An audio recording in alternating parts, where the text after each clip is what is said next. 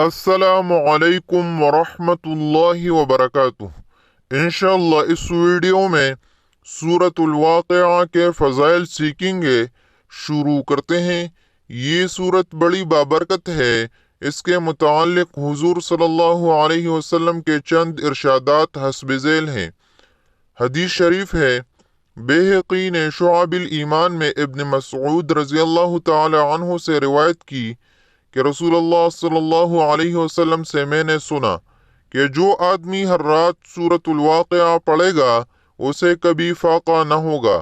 ایک اور حدیث شریف ہے، حضرت عبداللہ بن مسعود رضی اللہ تعالی عنہ نے فرمایا کہ رسول اللہ صلی اللہ علیہ وسلم کا ارشاد گرامی ہے، جو آدمی ہر رات سورۃ الواقعہ پڑھے گا اسے کبھی فاقہ نہ ہوگا۔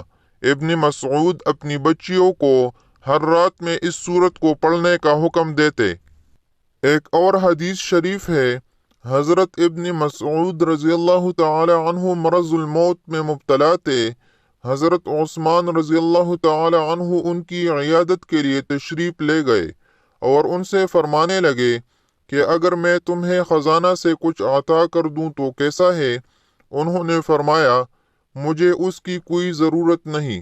حضرت عثمان رضی اللہ تعالی عنہ نے فرمایا، بعد میں تمہاری بچیوں کے کام آئے گا۔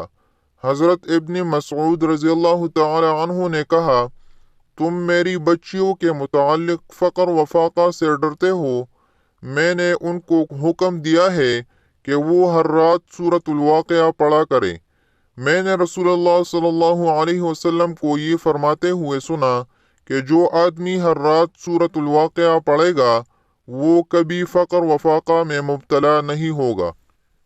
ایک اور حدیث شریف ہے، حضرت ابن مردویہ نے حضرت انس رضی اللہ تعالی عنہ سے روایت کی، انہوں نے رسول اللہ صلی اللہ علیہ وسلم کا یہ ارشاد گرامی نقل کیا کہ سورۃ الواقعہ تونگری کی سورت ہے، لہٰذا اسے پڑھو اور اپنی اولاد کو سکھاؤ۔ اور دلمی نے حضرت انس رضی اللہ تعالی عنہ سے مرفوعاً روایت کی کہ اپنی عورتوں کو سورۃ الواقعہ سکھاؤ کہ یہ تونگری اور مالداری کی صورت ہے۔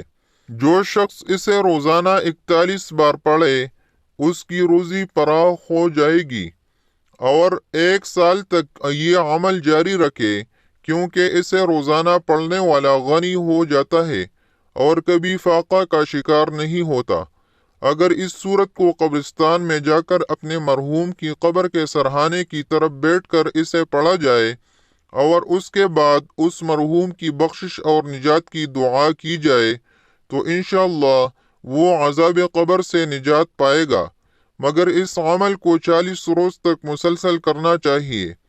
اگر کسی شخص کی پیداوار میں نقصان ہو جاتا ہو تو اسے چاہیے کہ اس سورت کو 3 مرتبہ پڑھے اور بیج بونے سے پہلے بیجوں پر دم کرے، اس کے بعد ان بیجوں کو کاشت کرے۔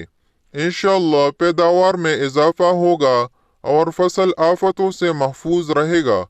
اگر کسی عورت کے ہاں بچہ پیدا ہونے والا ہو تو اس سورت کو توڑے سے پانی پر 7 مرتبہ پڑھ کر دم کر کے پلائے، انشاءاللہ ولادت میں آسانی ہو جائے گی۔